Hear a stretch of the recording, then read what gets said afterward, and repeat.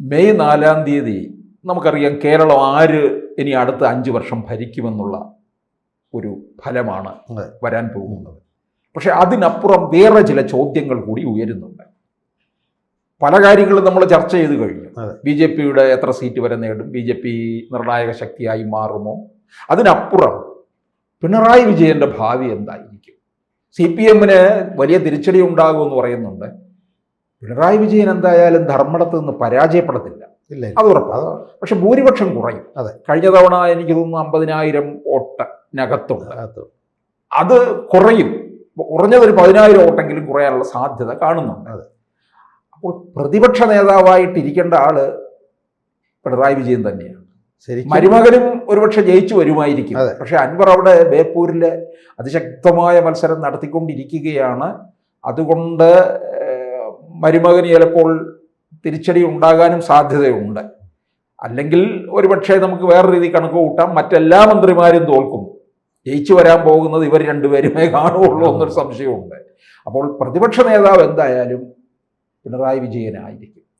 പ്രതിപക്ഷ നേതാവിനൊരു cabinet rank ഉണ്ട്, ഔദ്യോഗിക വാഹനം, വസതി, മറ്റ്.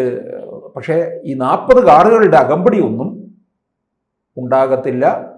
അപ്പോൾ പിണറായി വിജയനെ പാർട്ടിയിലുള്ളവരും കുത്താൻ തുടങ്ങുമോ എന്നുള്ളതാണ്. അതോ പിണറായി വിജയൻ ഈ പ്രതിപക്ഷ സ്ഥാനം തന്നെ വേണ്ടെന്ന് വെക്കുമോ എന്ന് സംശയിക്കേണ്ടിയിരിക്കുന്നു, അല്ലേ? അല്ല, അദ്ദേഹം എനിക്ക് തോന്നുന്നു പ്രതിപക്ഷ നേതാവ് സ്ഥാനം ഏറ്റെടുക്കില്ല. കാരണം ഈ ഒരു സുഖലോലിഭം അനുഭവിച്ച ആള് അതേപോലെ ഇത്രയും വാഹനങ്ങളുടെ അകമ്പടിയും ഇത്രയും സുഖസൗകര്യങ്ങളും രാവിലെ നല്ല പച്ച മീനും ഇങ്ങൊക്കെ കിട്ടി അലങ്കരിച്ചിരിക്കുന്ന വ്യക്തി പ്രതിപക്ഷ നേതാവ് സ്ഥാനത്ത് വരുമെന്ന് എനിക്ക് തോന്നുന്നില്ല. കാരണം ഈ തിരഞ്ഞെടുപ്പ് കഴിയുന്നതോടുകൂടി മാർക്സിസ്റ്റ് പാർട്ടിയിൽ ഒരു പൊട്ടിത്തെറി ഉണ്ടാവും. അദ്ദേഹത്തിൻ്റെ അദ്ദേഹത്തിൻ്റെ തലയിലും മരുമകൻ്റെ തലയിലേക്കും എല്ലാ ജില്ലാ കമ്മിറ്റികളും ആഞ്ഞടിക്കും. അതെ, എപ്പോഴും ഭരണത്തിൽ പരാജയം ഉണ്ടാകുകയാണെങ്കിൽ, അല്ലെങ്കിൽ ഭരിക്കുന്നവർക്ക് പരാജയം സംഭവിക്കുകയാണെങ്കിൽ അത് മുഖ്യമന്ത്രിയിലോ അല്ലെങ്കിൽ രാജ്യത്തിനാണെങ്കിൽ പ്രധാനമന്ത്രിയിലോ കേന്ദ്രീകൃതമായി പോകും. വിജയിക്കുകയാണെങ്കിലും അതും പിന്നെ സംസ്ഥാനങ്ങളിലാണ് മുഖ്യമന്ത്രിയിലും, രാജ്യത്താണെങ്കിൽ പ്രധാനമന്ത്രിയിലേക്കുമാണ് പോകുക. പക്ഷെ എന്നിരുന്നാലും ശകലം പോലും ജനകീയത നഷ്ടപ്പെടുകയാണ് എങ്കിൽ ഉത്തരവാദി പാർട്ടിക്കും കൂടി ഉണ്ടല്ലോ. അപ്പോൾ ആ പാർട്ടിയുടെ നയങ്ങളുടെ പാളിച്ചയും ഭരണത്തിലുള്ള വൈകല്യമായിരിക്കും ജനങ്ങൾ എതിരാകുന്നത്. എപ്പോഴും അങ്ങനെയാണല്ലോ. അപ്പോൾ ആ എതിര് വരുമ്പോൾ ഇത്രയും സുഖം അനുഭവിച്ച ഒരാൾ ഓപ്പോസിഷൻ ലീഡറായി വരുവാൻ കഴിയുകയില്ല. അദ്ദേഹം ബുദ്ധിമാനാണ്. കാരണം പല സീനിയർ മോസ്റ്റ് ആൾക്കാരുണ്ടായിരുന്നിട്ടും മുഖ്യമന്ത്രിയായ ആളാണ്. അപ്പോൾ അടുത്ത് ആളിനെ കൊണ്ട് വർക്ക് ചെയ്യിപ്പിച്ചിട്ട് വീണ്ടും അടുത്ത് വരാം 31 എന്ന് പറഞ്ഞ് അദ്ദേഹം മാറി നിന്ന് വേറൊരു പുതിയ പ്രതിപക്ഷ നേതാവിനെ പുള്ളി കൊണ്ടുവന്നാലായി. ഇല്ല, കേരളത്തിലെ ജനങ്ങളും ഞാനും ചേട്ടനും പോലുള്ളവർ ആഗ്രഹിക്കുന്നത് അദ്ദേഹം തന്നെ പ്രതിപക്ഷ നേതാവായിരുന്ന് മറ്റവർ വരുന്ന അധികാരം വരുമ്പോൾ എല്ലാ കുത്തുവാക്കുകളും കേൾക്കണം. ആ രീതിയിൽ ഇദ്ദേഹം തയ്യാറാകുകയില്ല, പൊരിക്കും. അതുകൊണ്ട് എനിക്ക് തോന്നുന്നു പാർട്ടിക്കകത്ത് ഒരു വിള്ളൽ വരും. പ്രതിപക്ഷ നേതാവ് സ്ഥാനത്തിന് വേണ്ടി ഈ പാർട്ടി തോറ്റതുണ്ട്. മൂന്നാമതും വരും, ആരുണ്ട് ഇവിടെ എന്നല്ലേ അവർ ചോദിക്കുന്നത്. അപ്പോൾ ആ ക്യാപ്ഷൻ എന്തെങ്കിലും വിള്ളൽ വരികയാണ് എങ്കിൽ പാർട്ടിക്കകത്തൊരു ആഭ്യന്തര കലകം ഉണ്ടാകും. അതിന് യാതൊരു സംശയമില്ല. കമ്മ്യൂണിസത്തിൻ്റെ അടിത്തറ ഇളകിയതിന് ഉത്തരവാദി മുഖ്യമന്ത്രി എന്നുള്ള തലയിൽ ചാരി പുതിയൊരു പ്രതിപക്ഷ നേതാവിലേക്ക് അദ്ദേഹം ആഭ്യന്തര കലാപം ഉണ്ടായില്ലെങ്കിൽ അദ്ദേഹം കലാപം ഉണ്ടാക്കി ഒരു പുതിയ പ്രതിപക്ഷ നേതാവിന് കൊടുക്കുവാൻ ഇദ്ദേഹം വിശ്രമ ജീവിതം നയിക്കും. എനിക്ക് തോന്നുന്നില്ല UDF ആണ് വരുന്നുവെങ്കിൽ, തൂക്ക് സഭയാണ് വരുന്നുവെങ്കിൽ, തൂക്ക് സഭ ആണ് വരുന്നുവെങ്കിൽ നിർണായക തീരുമാനം ഗവർണറുടെ കയ്യിലാണ്. അപ്പോൾ ഇവിടെ പറയുന്നത് 100% UDF വരുമെന്ന് അവർ അവകാശപ്പെട്ടുകൊണ്ട് നടക്കുന്നു. ഇടതുപക്ഷത്തിൻ്റെ ക്യാമ്പുകളിലെല്ലാം മ്ലാനതയാണ്, ഒരു മുഖപ്രസരിപ്പില്ല. ഇതെല്ലാം വച്ച് നോക്കുകയാണ് എങ്കിൽ പ്രതിപക്ഷത്തിരിക്കാനേ പിണറായിയുടെ പാർട്ടിക്കും LDF-നും ഉള്ളൂ. അങ്ങനെ പ്രതിപക്ഷത്തിരിക്കാൻ യോഗ്യതയായിട്ട് പിണറായി കഴിഞ്ഞാൽ അതിനകത്ത് ആരുമില്ല. നമ്മൾ ഇപ്പോഴത് വച്ചിരിക്കുന്ന PR വർക്കും ഫ്ലക്സ് ബോർഡുകളും നോക്കുകയാണെങ്കിൽ കേരളം കംപ്ലീറ്റ് ഒരു നേതാവ്, ഒരു ബോർഡ് മാത്രമേ ഉള്ളൂ. അവിടെ ഇടതുപക്ഷത്തിൻ്റെ മുന്നണി കൺവീനറില്ല. ഇടതുപക്ഷത്തിൻ്റെ മറ്റ് മുന്നണി ഒരു വലിയ ബോർഡ് വയ്ക്കണമെങ്കിൽ ആ ഘടകകക്ഷികളുടെ ഓരോ തലയെങ്കിലും അതിൽ വേണ്ടേ? ഇതൊന്നുമില്ല. അപ്പോൾ ഇത്തരത്തിലൊരു പ്രചരണം കേരളത്തിൽ വച്ചതിൻ്റെ ബാധ്യത ഫുൾ പിണറായിയുടെ തലയിൽ കെട്ടിവെക്കും. കെട്ടിവച്ചതിന് ശേഷം നേരത്തെ പറഞ്ഞതുപോലെ ഘടകകക്ഷികളുടെ ഇടയിൽ ആശയവിനിമയങ്ങൾ വരും. അങ്ങനെ ആശയവിനിമയം വരുമ്പോൾ ഓരോ പാർട്ടിയുടെ നിലനിൽപ്പിന് ഇനി അങ്ങോട്ട് പ്രവർത്തനിക്കാൻ ഫണ്ടാണ് ആവശ്യം. അധികാരമില്ലെങ്കിൽ CPIക്ക് പ്രവർത്തിക്കാൻ ഒക്കില്ല, വരുമാനം ഇല്ല, ഫണ്ടില്ല, മന്ത്രിമാരില്ല, PM-മാരില്ല, വിളിച്ചു പറഞ്ഞാൽ 5 പൈസ ആരും കൊടുക്കൂല, ജനതാദളിനില്ല, കോൺഗ്രസിനില്ല.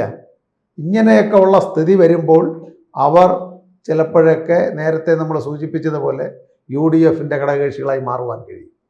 അങ്ങനെ ഒരു പുതിയൊരു തിരഞ്ഞെടുപ്പിനെ നേരിടുവാൻ 31ലേക്ക് ഒരു നേതാക്കളുടെ ഒരു അംശമില്ലാതെ വരുമ്പോൾ NDA ആണ് ആ സ്ഥാനത്തേക്ക് കടന്നു വരുന്നത്. 31 നോക്കുമ്പോൾ കേരള ജനത തീരുമാനിക്കും ശക്തമായി. ഇപ്പോൾ തന്നെ VD സതീശൻ ശക്തമായ ഒരു പ്രതിപക്ഷ നേതാവായിരുന്നില്ല. എന്നിരുന്നാലും ഈ ഭരണവിരുദ്ധ വികാരത്തിൻ്റെ വോട്ടിൽ ചിലപ്പോൾ അവർ അധികാരത്തിൽ വന്നുകൂടുന്നില്ല. പക്ഷേ ഇത് രണ്ടും മാറ്റിവെച്ചാൽ, ഇവർ രണ്ടും ഒന്നാണെന്ന് പറഞ്ഞ് മാറ്റിവെച്ച് BJP നിർണായക ശക്തിയും സമരപ്രസ്ഥാനം, നമുക്ക് തിരുവനന്തപുരം കോർപ്പറേഷൻ നോക്കാം, BJPയുടെ നിരന്തരം സമരങ്ങൾ കൊണ്ടാണ്, പഴയ മേയർക്കെതിരെ സമരങ്ങൾ കൊണ്ടാണ് ജനം ഇവിടെ ഒരു പ്രതിപക്ഷം ഉണ്ടെന്ന് മനസ്സിലാക്കിയാണ് തിരുവനന്തപുരത്ത് ഇപ്പോൾ അധികാരത്തിൽ വന്നത്.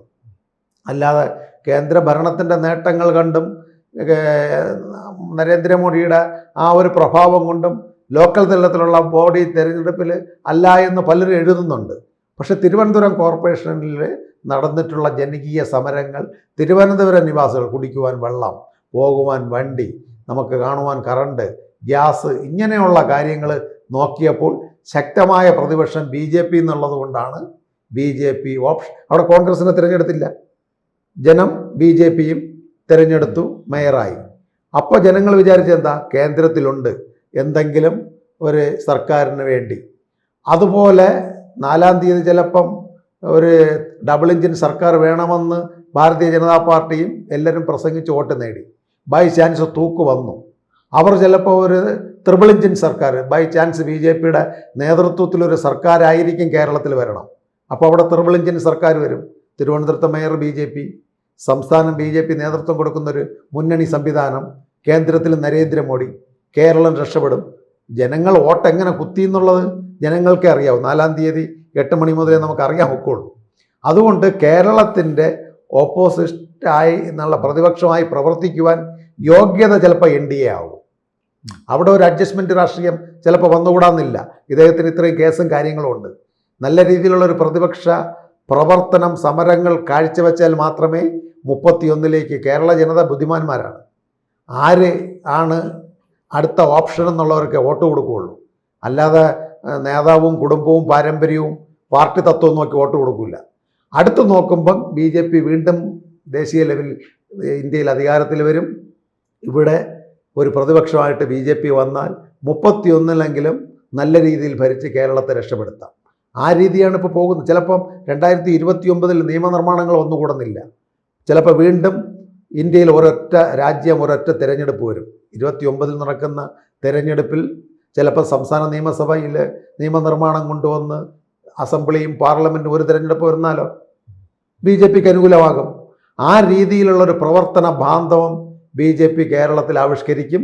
ഈ നിൽക്കുന്ന LDFൻ്റെ പ്രബുദ്ധരായ നേതാക്കൾ NDAയോടൊപ്പം വരും.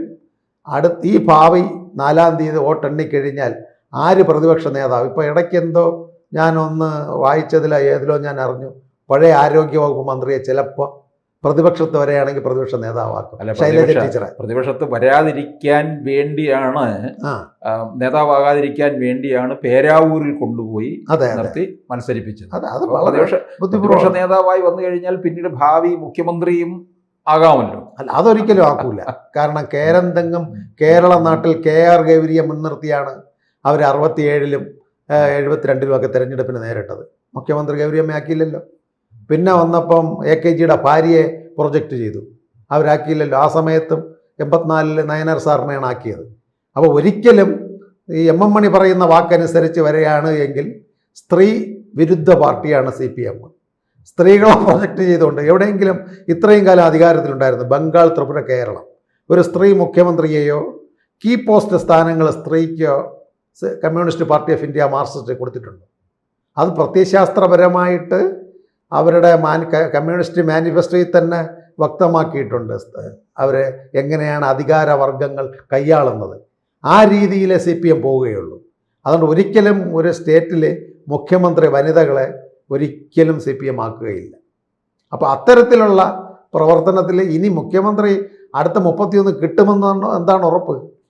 ഇത് ലാസ്റ്റ് ഭരണം ആയിരിക്കുമോ? ചിലപ്പോൾ അവർക്ക് വീണ്ടും കിട്ടി മൂന്നാമതും CPM ആണ് വരുന്നു എങ്കിൽ തന്നെയും അവസാനത്തെ മുഖ്യമന്ത്രി എന്നെന്ന് അവർക്കറിയാം.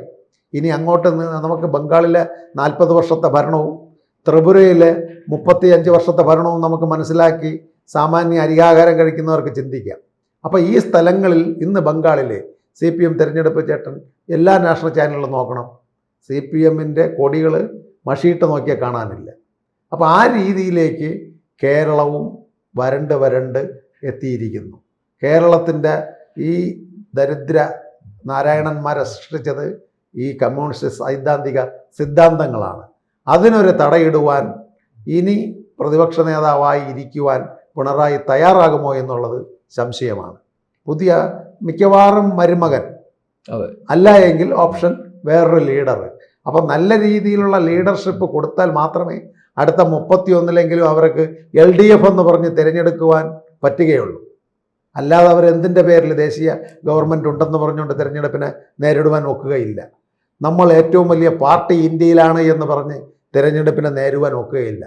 ഈ തിരഞ്ഞെടുപ്പിൻ്റെ വോട്ടിംഗ് പെർസെൻറ്റും കൂടി നോക്കി വരികയാണെങ്കിൽ അവരുടെ ദേശീയ പാർട്ടി സ്ഥാനവും നഷ്ടമാകും. CPIയുടെ ഏകദേശം നഷ്ടമായി നിൽക്കുന്നു. അപ്പോൾ communist party of India മാർക്സിസ്റ്റും communist party of India CPIയും ഇവിടുത്തെ കേരള കോൺഗ്രസ് പോലെയോ രാമേന്ദ്രൻ കടന്നപ്പള്ളിയുടെ കോൺഗ്രസ് പോലെ ആയി മാറും. ആ രീതിയിലേക്ക് കേരളം എത്തിച്ചത് ഭരിച്ച് ഈ LDF എന്ന് പറയുന്ന മുന്നണിയാണ്. മിക്കവാറും പിണറായി വിജയൻ വന്ന് സഭയിലുള്ള ബഹളങ്ങൾ കേൾക്കുവാൻ, അല്ല എങ്കിൽ അദ്ദേഹം പറഞ്ഞ വാക്കുകൾ ആരും LDF അധികാരത്തിൽ വരികയാണെങ്കിൽ മര്യാദയ്ക്കിരിക്കില്ല. ഇദ്ദേഹം പ്രതിപക്ഷ നേതാവാണെങ്കിൽ വൃത്തിയെ പൊരിച്ചിരിക്കും. അപ്പോൾ ആ ഒരു വാക്ചാരിതമായ സംഭാഷണങ്ങൾക്ക് ഇദ്ദേഹം അസംബ്ലിയിൽ ഓപ്പോസിഷൻ ലീഡറായിട്ട് ഇരിക്കുമെന്ന് തോന്നുന്നില്ല. 4-ാം തീയതി കഴിയുമ്പോൾ അതറിയാം. മാർക്സിസ്റ്റ് പാർട്ടിക്ക് അങ്ങനെ ഒരു വൻ പരാജയം വരികയാണ് എങ്കിൽ പാർട്ടി ഒരു പൊട്ടിത്തെറിയുടെ വക്കിൽ എത്തി നിൽക്കുകയാണ്. കൂടുതൽ വാർത്തകളും വിശേഷങ്ങളും നിങ്ങളിലേക്ക് എത്താൻ ABC മലയാളം സബ്സ്ക്രൈബ് ചെയ്യുക, ബെൽ ബട്ടണും അമർത്തുക.